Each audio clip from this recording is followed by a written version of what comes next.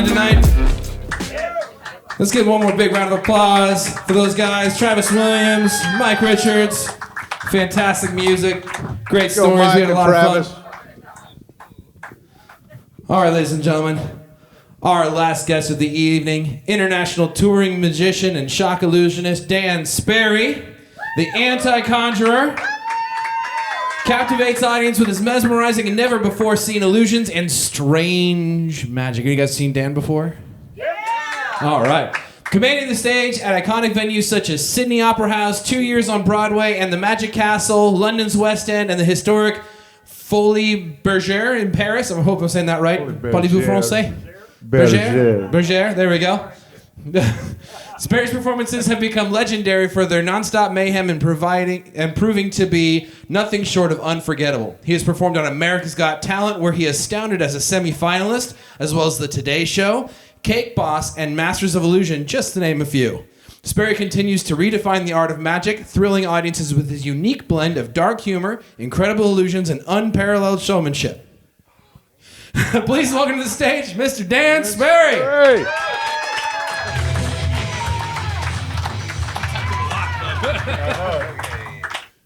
Dan, welcome to the stage. Yeah, go ahead and pick up the microphone, brother. Okay, good. Yes, thank you, ChatGPT, for that fucking intro. Yeah. You're not wrong there. Yeah. Okay. Right, we didn't So here we are. stand. Here we are. Welcome to the podcast, brother. Welcome to one more big round of applause, Mr. Dan Sperry in the flesh. Thanks for coming out. Okay, I've got to ask just to start out, what brought you to Polk County, Florida? Yeah, because you're kind of from all over the place. Yeah. No, well, like I've been working in Florida and touring through for several years over the course of like my career and stuff, and my grandparents had a place out here for a while, so I would come out growing up, and I had friends out here, and when it came time for where my wife and I wanted to finally actually pick, because you know when you are in a certain way in some fields of work, and entertainment being one of them, you don't always get to pick where you live. You kind of just end up in certain places, and then it's like, well, fuck, I guess this is where I live now, and I'm just got to deal with it. And so, you're not wrong. I grew up a military brat. I'm right there with you. You don't get to pick where you go. Yeah. So not the same, but kind of in the same ballpark somewhere. And so when finally getting to pick, choosing to go like, fuck this, we're just going to pick where we want to go and live. This was chosen just because being familiar with the area, and after living in places like Chicago and New York and Las Vegas, you pick Polk County. Why? What do they have in common? Well, first off, what do Chicago they fucking have in common before you go, enough of this shit? Yeah. And affordable housing. Some peace and fucking quiet. Compared to those other three places you listed, at least affordable when housing. People are on meth out here. You're like, thanks for holding the door instead of holding me up. Like. You're not wrong. No, I know. Like, you asked, why'd you move out here? Like, fuck, you need answers, really? So. Why do you live here, Mark? She said meth.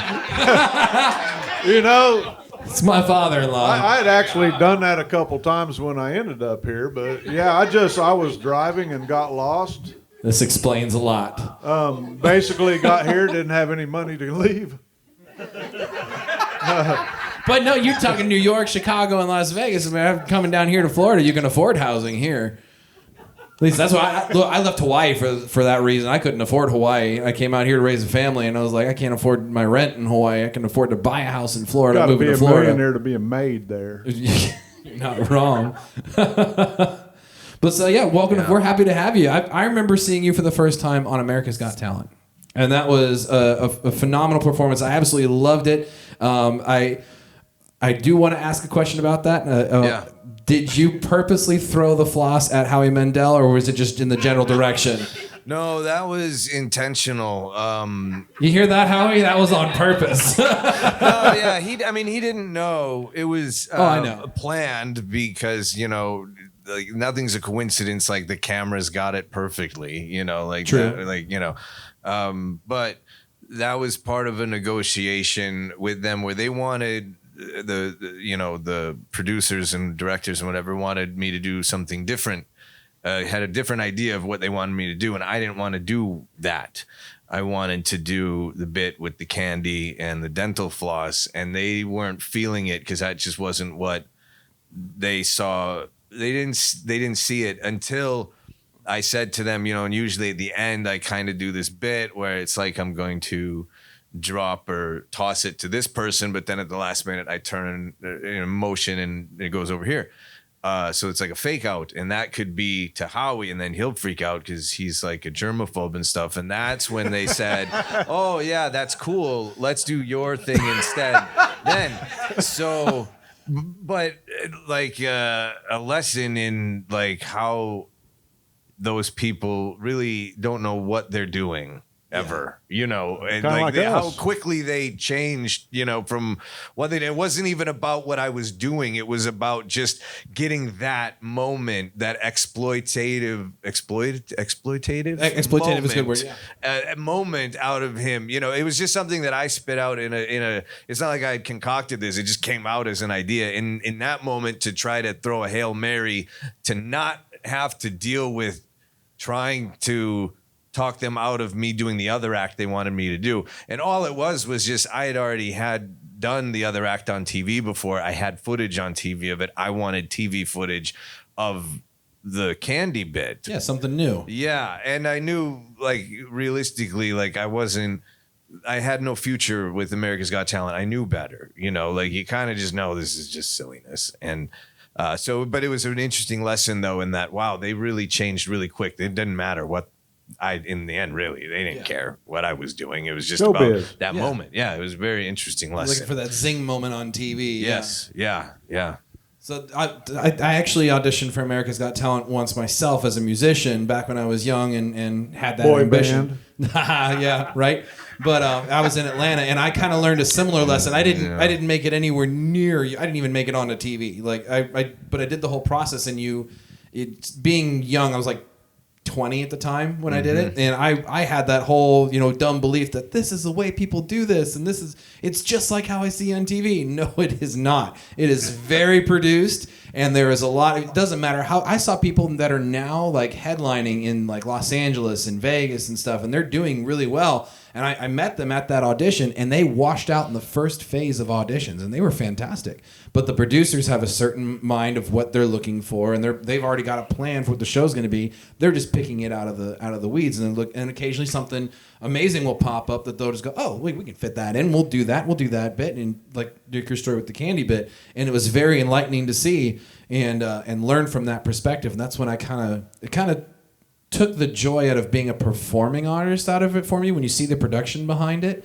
And I retreated to doing more recording stuff and working with music production on the back end. And I got a lot more fulfillment out of working with others that are promoting their own music rather than trying to push mine.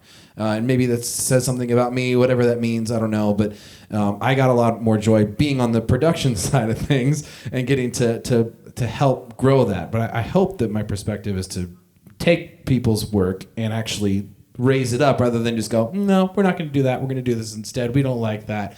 I'd rather find out what you, the artist, like and help elevate that. And I didn't mean to segue off into being about myself here. That was my apologies for that. We're here to talk about Mr. Dan Sperry. Here's my business card. Totally did not plan for this. I apologize. I did not mean to segue that out of there. But so like that kind of leads into another question that we were asking some of the other guys earlier, and that's how the economy and how the world has changed. I mean, I hate to bring it back to this, but since COVID, I mean, how much the world has really shifted gears and how theaters and shows have completely changed how they've done that. And I'm sure very few people have their finger on the pulse of that as much as you do. Oh, I don't know. I don't know. I mean, there's stuff that I did before that I don't think like, yeah, just people are kind of reprogrammed. Like, I don't think I could ever do it again, even now, you know, like, because it nothing to do even with the Rona or whatever. It was just a thing, like a gag or a bit. And now it's like, no, I don't think I could even do that, just because people are just reprogrammed to now that's just maybe not acceptable in society. Like, one thing I used to do is there's a bit where I eat razor blades, and I used to have a bit where the guy would take his finger and he'd examine the razor blades so that they're real. And then I'd swallow them, and I'd open my mouth and have him stick his finger up like he's going to examine the blades again. But really, I put his finger in my mouth and have him examine that my mouth is empty and the blades are gone. And through the process of that, I kind of, in a sexualized manner, suck his finger as it exits my mouth. And this is fucking That's stupid. why some of our audience members got excited when you said the razor blade bit. It's a stupid bit, but whatever. And like that, I haven't done it since, you know, all of that, and haven't done it after, because it's just now, you know, before that, yeah, it got like the gross out reaction, but people weren't recoiled by it. Yeah. So I am, you know, you're a little too optimistic, sir. I'm sitting up close to him, and he got a little bit of a smile when you shouted that. Just letting you know. Yeah, right. like you think I'm gonna be paying you for this, you know? You're the one that's paying me. You didn't understand. But that's just something that now I don't think I could do again, and just don't need to. And the bit's the same whether or not it's in there, but it was just an example of something. So that's one thing maybe I've noticed, but I don't know. As far as anything else, I haven't noticed. I don't experience much of, like, are people more reluctant to volunteer? No. I can't think of examples that would maybe be examples, because I haven't experienced that. So we're going to need a volunteer later. No, I don't know. I don't know. We're not. I have no idea, but I did want to say. That's for Mr. Dan Sperry to decide, not for us. I'm tired of talking about COVID myself. That's fair. Because that's over. It is over. You just got back Thank off God. the tour. You've been on tour for the last month. Where? I was in Portugal for a month, and then I was in Paris specifically, France. But I was in Paris for a month before that. Is that the Folies Bergère that I couldn't pronounce earlier? earlier? That you'll be cleaning it up. I don't know. But yeah, yes. So it was in both. But I seem to see stuff picking back up to an extent. I don't see it ever coming back like it was. The whole entertainment industry's kind of changed since COVID, but that happens when a big event happens.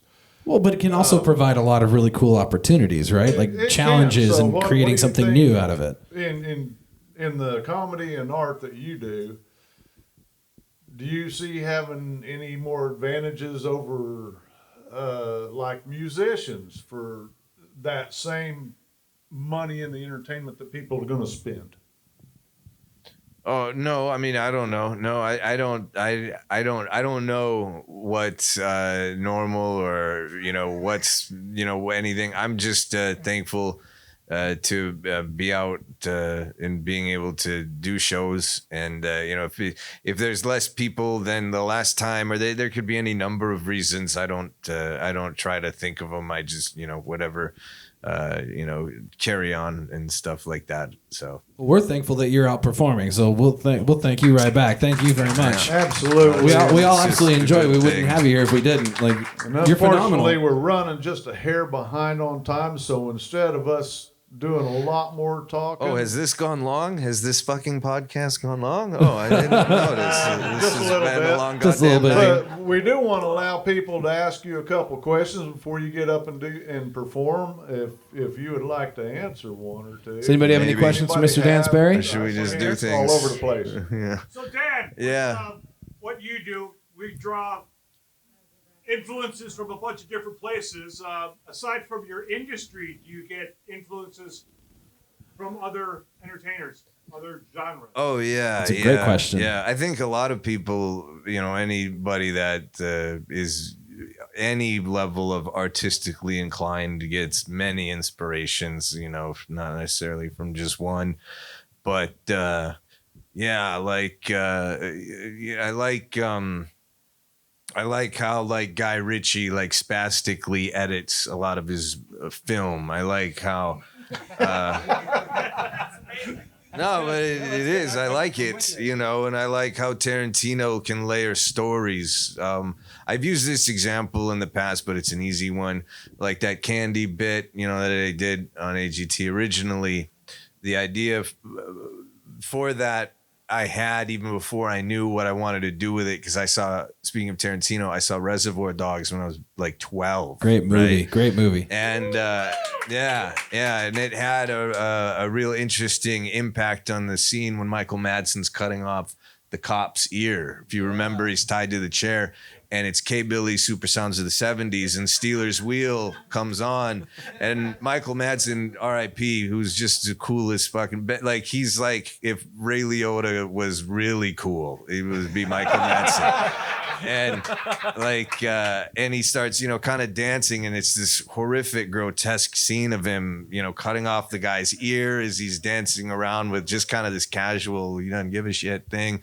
And I remember distinctively being like, I wish, is there a way where I could do something like that with magic? I remember that feeling being that young, but I didn't know how to do it. And I knew I'm not a musician. I don't make music that can, move people. I'm not a movie guy. I don't make movies, even in some cases, like wrestling, professional wrestlers that can make you have, how can, magic is that powerful, but I was too young, I wasn't mature enough to know and have enough experience to try to figure things out.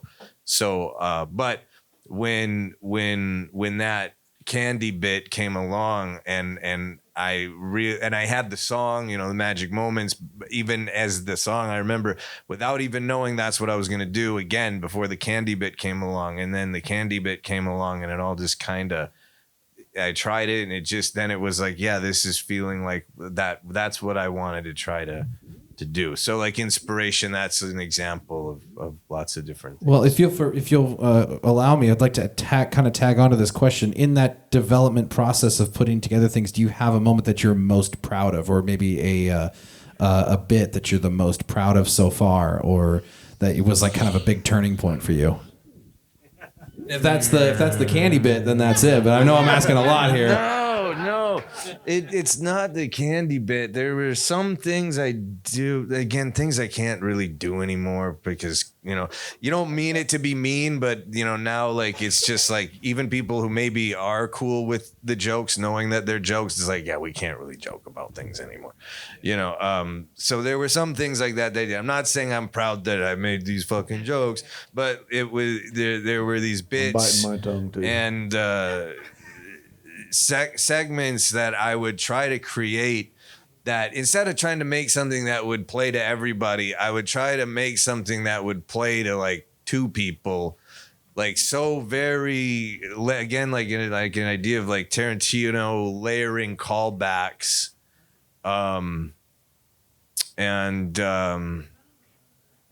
So one of the things I'm most proud of is something I did with a lighter. That was a callback.